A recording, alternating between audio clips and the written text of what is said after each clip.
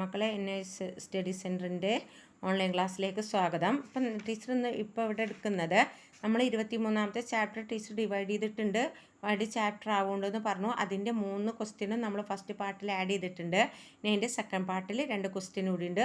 ആ ക്വസ്റ്റ്യനാണ് എടുക്കുന്നത് കേട്ടോ. അപ്പോൾ അതിൽ നമുക്ക് ആ ക്വസ്റ്റ്യനിൽ ഫസ്റ്റ് ക്വസ്റ്റ്യൻ പറയുന്നത് critically examine the reasons for the first world war.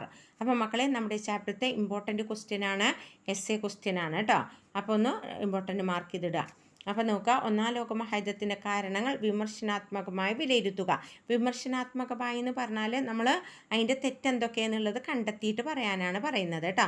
അപ്പോൾ നോക്കുക, ഒന്നാം ലോകമഹായുദ്ധത്തിൻ്റെ causes of first world war. അപ്പോൾ വേൾഡ് വാർ എന്നാ തുടങ്ങിയത് 1914 മുതൽ 1918 വരെ കേട്ടോ. അപ്പോൾ നോക്കുക, 1914നും 1918നും മധ്യേ വിനാശകമായൊരു യുദ്ധത്തിന് ലോകം സാക്ഷ്യം വഹിച്ചു. തുടക്കത്തിൽ യൂറോപ്പിൽ മാത്രമായി ഒതുങ്ങി നിന്നിരുന്ന ഈ യുദ്ധം പിന്നീട് ലോകമൊട്ടാകെ വ്യാപിക്കുകയോ ഒരു ആഗോള യുദ്ധമായി മാറുകയും ചെയ്തു. 4 വർഷത്തിലേറെ നീണ്ടുനിന്ന ഈ പോരാട്ടം ഒന്നാം ലോകമഹായുദ്ധം എന്നറിയപ്പെട്ടു കേട്ടോ. ഇതാണ് ഫസ്റ്റ് വേൾഡ് വാർ എന്നറിയപ്പെട്ടത്. മക്കളെ, causes of the first world war. First one, കോളനികൾക്ക് വേണ്ടിയുള്ള മത്സരങ്ങൾ. നിങ്ങൾ ഈ പോയിന്റ് ഇങ്ങനെ തന്നെ എഴുതണം കേട്ടോ. ഇതേപോലെ 1, 2, 3 അല്ലെങ്കിൽ ABCD ഇട്ടിട്ട് എഴുതുക കേട്ടോ. അപ്പോൾ എന്താണ് കോളനിക്ക് വേണ്ടിയുള്ള മത്സരങ്ങൾ? കോളനികൾ സ്ഥാപിക്കുന്നതിന് വേണ്ടി സാമ്രാജ്യത്വ ശക്തികൾ തമ്മിലടിപ്പിച്ച കിടമത്സരമാണ് ഒന്നാം ലോകമഹായുദ്ധത്തിൻ്റെ മുഖ്യ കാരണം. അപ്പോൾ കോളനികൾ കൈക്കലാക്കുന്നതിന് വേണ്ടിയിട്ടോ. അപ്പോൾ ലോകത്തിൻ്റെ വിവിധ ഭാഗങ്ങളിൽ ബ്രിട്ടൻ, ഫ്രാൻസ്, അതുപോലെ തന്നെ ബെൽജിയം, പോളണ്ട് എന്നീ രാജ്യങ്ങൾക്കൊക്കെ കോളനികൾ ഉണ്ടായിരുന്നു. അങ്ങനെ ഈ കൂടുതൽ കോളനികൾ തങ്ങൾക്ക് ലഭ്യമാക്കുക എന്നതായിരുന്നു എന്തിലേക്ക് വഴിവെച്ചത്? ഒന്നാം ലോകമഹായുദ്ധത്തിലേക്ക് വഴിവെച്ചത് കേട്ടോ. യൂറോപ്പിലെ അസംസ്കൃത ശക്തികൾക്ക് അസംസ്കൃത വസ്തുക്കൾ ശേഖരിക്കുന്നതിനോ വിപണികൾ തുറക്കുന്നതിനും മൂലധന നിക്ഷേപത്തിനോ കോളനികൾ അനിവാര്യമായി തീർന്നു. ഏഷ്യയിലും ആഫ്രിക്കയിലും കോളനികൾ സ്ഥാപിക്കുന്നതിന് വേണ്ടിയാണ് ഏറ്റവും കൂടുതൽ നടപ്പാക്കപ്പെട്ടത്? കിടമത്സരങ്ങൾ നടപ്പാക്കപ്പെട്ടത്. Next one, second one, aggressive nationalism അഥവാ ആക്രമണ സ്വഭാവമുള്ള ദേശീയത. അപ്പോൾ നോക്കുക, ഒന്നാം ലോകമഹായുദ്ധത്തിൻ്റെ മറ്റൊരു കാരണം ആക്രമണ സ്വഭാവമുള്ള ദേശീയതയായിരുന്നു.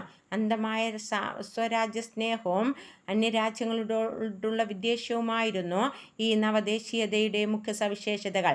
തങ്ങൾ മറ്റുള്ളവരെക്കാൾ ഉത്തമരാണെന്നോ തങ്ങളുടെ രാജ്യത്തിൻ്റെ നിലപാടുകൾ മറ്റു രാജ്യത്തിനേക്കാൾ മികച്ചതാണെന്നോ ഉള്ള ഒരു വിശ്വാസത്തെയാണ് എന്ത് പറയുന്നത്? അഗ്രസീവ് നാഷണാലിസം എന്ന് പറയുന്നത് കേട്ടോ. ഇനി സെക്കൻഡ് വൺ, മിലിറ്ററി ഓർഗനൈസേഷൻസ് അഥവാ സൈനിക സഖ്യങ്ങൾ. അപ്പോൾ നോക്കൂ മക്കളെ, രഹസ്യധാരണകളെ അടിസ്ഥാനമാക്കിയുള്ള സൈനിക സഖ്യങ്ങളുടെ രൂപീകരണമാണ് ഒന്നാം ലോകമഹായുദ്ധത്തിൻ്റെ മറ്റൊരു പ്രധാനപ്പെട്ട പ്രത്യേകത.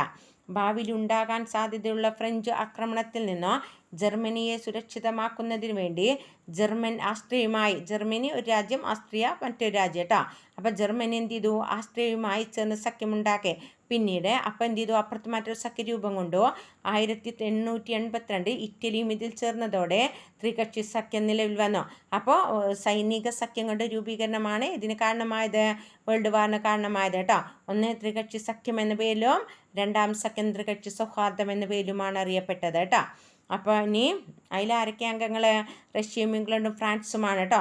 അപ്പോൾ ആരൊക്കെയാണ്? ജർമ്മനി, ആസ്ട്രിയ, ഇറ്റലി അടങ്ങുന്ന സഖ്യമാണ് ത്രികക്ഷി സഖ്യം എന്ന പേരിലോ. എന്നാൽ ബ്രിട്ടൻ, ഫ്രാൻസ്, റഷ്യ എന്നിവർ ചേർന്ന സഖ്യമാണ് ഏത് പേരിൽ അറിയപ്പെട്ടത്? ത്രികക്ഷി സൗഹാർദ്ദം എന്ന പേരിലും അറിയപ്പെട്ടത് കേട്ടോ. അപ്പോൾ ഈ 2 സഖ്യങ്ങളുമാണ് എന്തിലേക്ക് വഴിവെച്ചത്? ലോകമഹായുദ്ധത്തിലേക്ക് വഴിവെച്ചത്.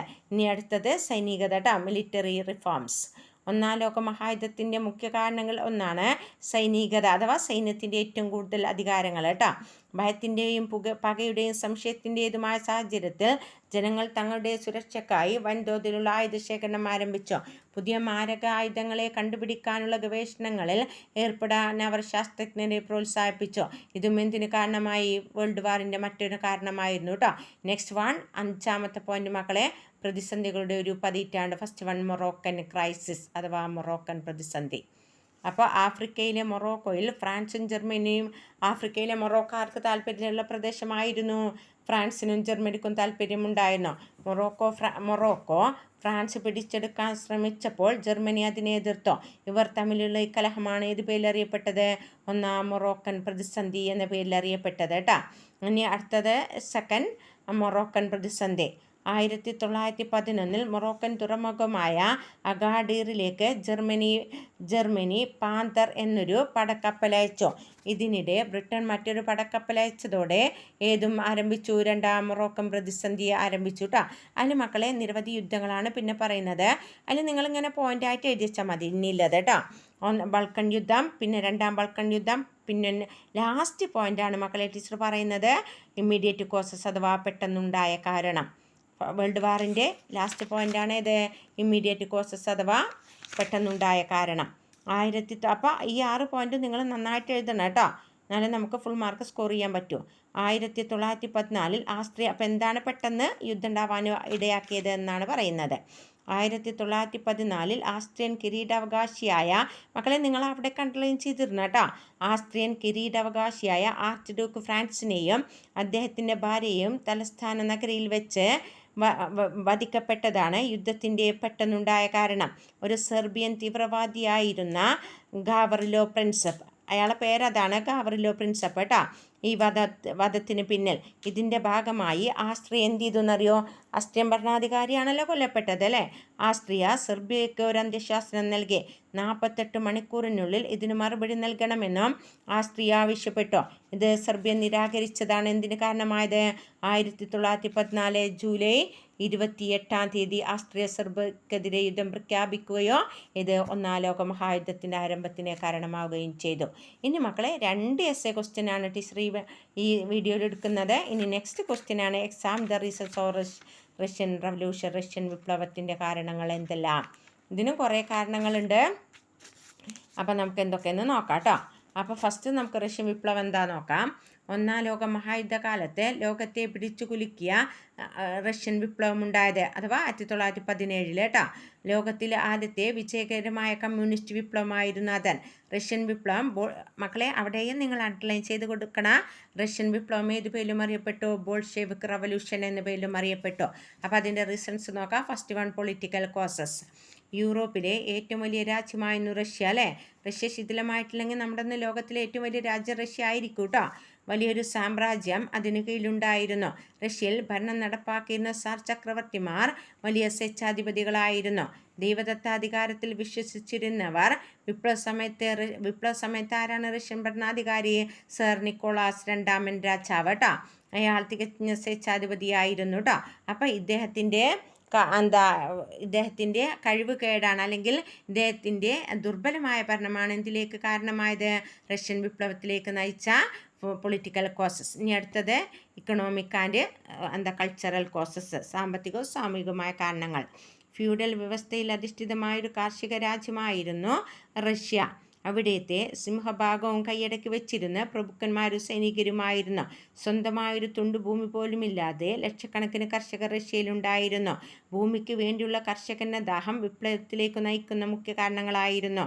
അങ്ങനെ ഭൂമി കൈയടക്കുക, അല്ലെങ്കിൽ ഭൂമി ലഭ്യമാകുക, കൃഷി ചെയ്യാൻ എന്നുള്ള കർഷകരുടെ ആഗ്രഹമാണ് എന്തിന് കാരണമായത്? റഷ്യൻ വിപ്ലവത്തിന് മറ്റൊരു കാരണം. ഇനി അടുത്തത് ദാർശനിക കാരണങ്ങൾ എന്തൊക്കെ? മൂന്നാമത്തെ, റഷ്യൻ വിപ്ലവത്തിന് ദാർശനിക പശ്ചാത്തലം ഒരുക്കിയത് ചിന്തകരും എഴുത്തുകാരും മുഖ്യ പങ്കുവഹിച്ചു. നിലവിലുള്ള വ്യവസ്ഥിതിയെ ശക്തമായി വിമർശിച്ചവർ ജനങ്ങൾക്കിടയിൽ ആധുനികാശയങ്ങൾ പ്രചരിപ്പിച്ചു. റഷ്യയിലെ വിപ്ലവ പ്രസ്ഥാനങ്ങൾക്ക് ഈ സാഹിത്യകാരന്മാരുടെ സൃഷ്ടികൾ പ്രചോദനമേകി. ഇനി അടുത്തത് പറയാനുള്ളത് ഏതാണെന്നറിയാം നമുക്ക്. 1905 വിപ്ലവം നമ്മൾ പറഞ്ഞാണ്. 1905 വിപ്ലവം നമ്മൾ പറഞ്ഞില്ലേ, എന്താ ബ്ലഡി സൺഡേ എന്ന പേരിലൊക്കെ അറിയപ്പെട്ടില്ലേ. അപ്പം മക്കൾ അതന്നെ അതിലെടുത്ത് എഴുതുക കേട്ടോ. പിന്നെ 6ാമത്തെ പോയിന്റ്, പെട്ടെന്നുണ്ടായ കാരണം ഇമ്മീഡിയറ്റ് കോസസ് എന്താണെന്ന് പറയാം. ഒന്നാം ലോക മഹായുദ്ധത്തിൽ റഷ്യക്കുണ്ടായ കനത്ത പരാജയമാണ്. അപ്പോൾ റഷ്യ ഇതിൽ പരാജയപ്പെട്ടു ഒന്നാം ലോക മഹായുദ്ധത്തിൽ കേട്ടോ. അപ്പോൾ ഈ കാരണമാണ് റഷ്യയിൽ പെട്ടെന്ന് വിപ്ലവം ഉണ്ടാകാൻ കാരണമായത്. സാമ്രാജ്യത്വ മോഹങ്ങൾ മനസ്സിൽ വെച്ചുകൊണ്ട് റഷ്യ ഒന്നാം ലോക മഹായുദ്ധത്തിൽ പങ്കെടുത്തത്. എന്നാൽ അതിനുവേണ്ടി യാതൊരു മുൻ ഒരുക്കങ്ങളും റഷ്യ നടത്തിയിരുന്നില്ല. ആവശ്യമായ ആയുധങ്ങളും ഭക്ഷണവുമില്ലാതെ റഷ്യൻ സൈനികർ ബുദ്ധിമുട്ടി. യുദ്ധം റഷ്യയിൽ സാമ്പത്തികാവസ്ഥയ്ക്ക് തകർച്ചയ്ക്ക് കാരണമാവുകയോ യുദ്ധത്തിലേറ്റ പരാജയം അതുപോലത്തെ ഭക്ഷ്യക്ഷാമവും ഇതിന് കാരണമായി. റഷ്യൻ ഭരണാധികാരികൾക്കെതിരെ വിപ്ലവം നടപ്പാക്കാൻ റഷ്യയിലെ ജനങ്ങളെ പ്രകോപിപ്പിക്കുകയും ചെയ്തു. ഓക്കെ മക്കളെ, ഇത്രയാണ് റഷ്യൻ വിപ്ലവവും അതുപോലെ തന്നെ ഒന്നാം ലോക മഹായുദ്ധത്തിൻ്റെ കാരണങ്ങളും.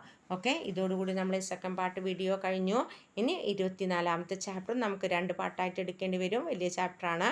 അപ്പോൾ അതുമായിട്ട് അടുത്ത വീഡിയോയിൽ കാണാം. Okay, thanks.